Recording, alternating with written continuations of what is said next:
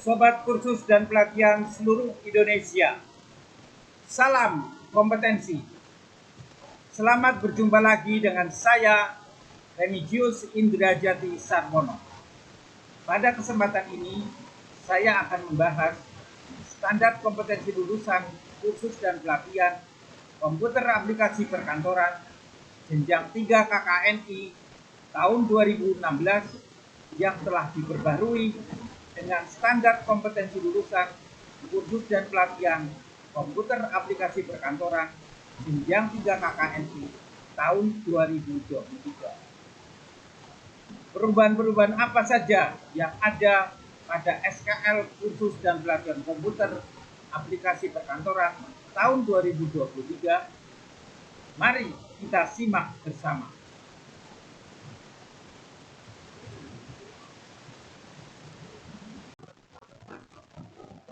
Saya akan mulai pembahasan kali ini dengan Peraturan Pemerintah Nomor 4 Tahun 2022 tentang Lamban Standar Nasional Pendidikan.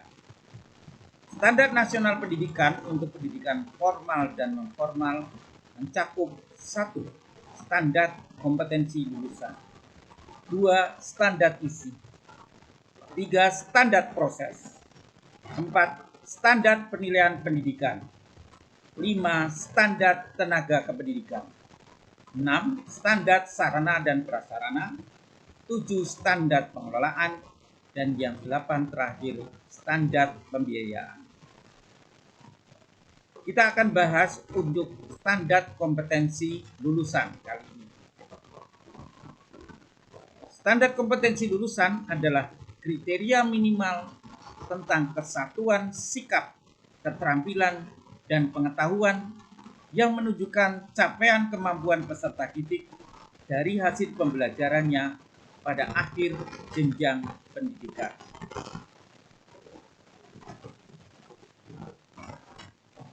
Standar kompetensi lulusan untuk kursus dan pelatihan komputer aplikasi perkantoran jenjang 3 berbasis Kerangka Kualifikasi Nasional Indonesia atau KKNI yang pada tahun 2016 diterbitkan, dikeluarkan oleh pemerintah, telah diperbaharui dengan standar kompetensi lulusan kursus dan pelatihan komputer aplikasi perkantoran jenjang 3 KKNI tahun 2023. Perubahan SKL komputer aplikasi perkantoran jenjang 3 KKNI tahun 2016 ke tahun 2023 apa saja? Yang pertama, untuk profil lulusan.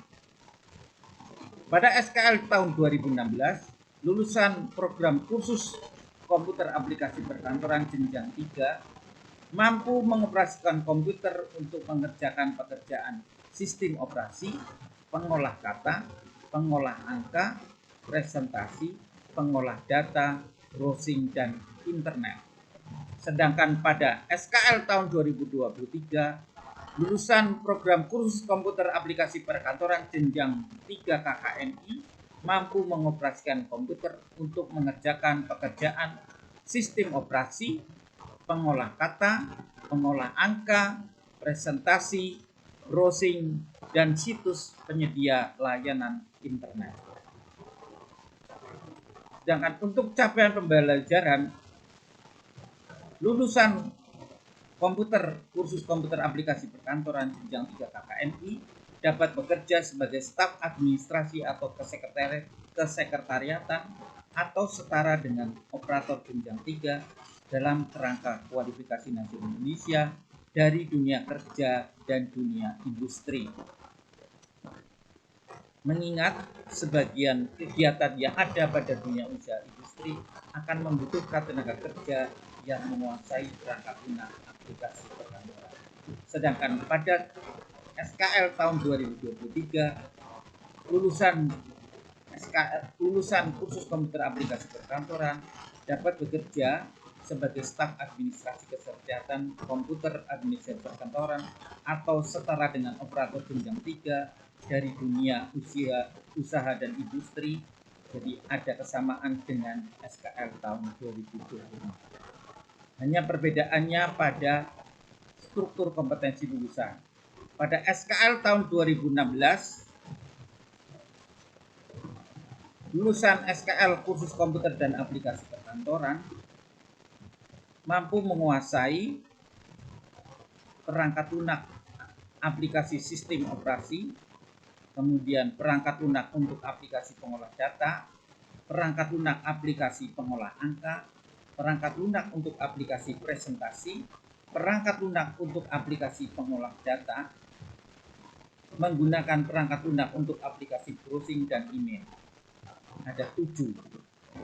Sedangkan pada SKL tahun 2023, lulusan kursus komputer dan aplikasi perkantoran mampu menguasai 6 bidang, yaitu sistem operasi, perangkat lunak untuk aplikasi pengolah kata, perangkat lunak aplikasi pengolah angka, perangkat lunak aplikasi presentasi, menggunakan browsing dan email. Dari perbandingan dua itu yang pokok, kita bisa ambil kesimpulan bahwa perubahan SKL komputer aplikasi perkantoran tahun 2016 pada SKL komputer aplikasi perkantoran 2023 adalah pada kemampuan unit kompetensi pengetahuan dan bidang kerja menggunakan perangkat lunak aplikasi pengolah data dihilangkan atau ditiadakan. Mengapa demikian? Karena unit kompetensi tersebut menjadi unit kompetensi pada SKL bidang komputer pemrograman. Dari hal yang saya jelaskan di depan, maka bisa diambil, kita bisa memberikan gagasan atau usulan. Yang pertama, SKL yang telah ditetapkan oleh pemerintah melalui undang-undang dan peraturan pemerintah hendaknya dijadikan acuan utama dalam penyusunan rencana dan proses pembelajaran di semua lembaga kursus dan pelatihan komputer yang memiliki program pembelajaran komputer aplikasi perkantoran. Indikator keberhasilan SKL telah diimplementasikan di lembaga kursus dan pelatihan adalah menggunakan Standar Nasional Pendidikan nomor 6, yaitu Standar Penilaian Pendidikan, yaitu melalui uji kompetensi yang diselenggarakan oleh Lembaga Sertifikasi Kompetensi yang didirikan oleh asosiasi profesi dan diakui atau ditetapkan legalitasnya oleh pemerintah. Yang ketiga, uji kompetensi komputer aplikasi perkantoran sebaiknya mulai sekarang menggunakan SKL yang terbaru, yaitu tahun 2023 dengan mengacu pada kemampuan bidang kerja yang ditambahkan, yaitu peserta didik mampu untuk mengirim dokumen yang telah dibuat melalui layanan internet atau email. Yang keempat, sertifikasi kompetensi aplikasi perkantoran diberikan kepada peserta khusus atau masyarakat yang telah lulus semua unit kompetensi aplikasi perkantoran, yaitu sistem operasi, word processing, pengolah kata, pengolah angka, presentasi, browsing, dan email sebagai satu unit kesatuan kompetensi yang tidak bisa dipisahkan untuk memperoleh jabatan staf administrasi kesekretariatan komputer aplikasi perkantoran.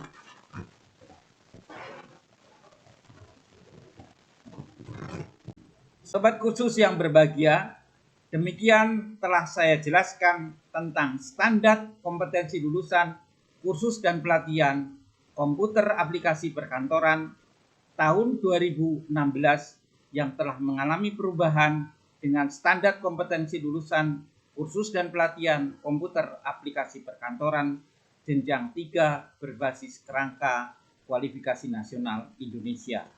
Semoga apa yang saya jelaskan bermanfaat bagi kita semua, khususnya pendidikan non-formal di Indonesia. Salam kompetensi.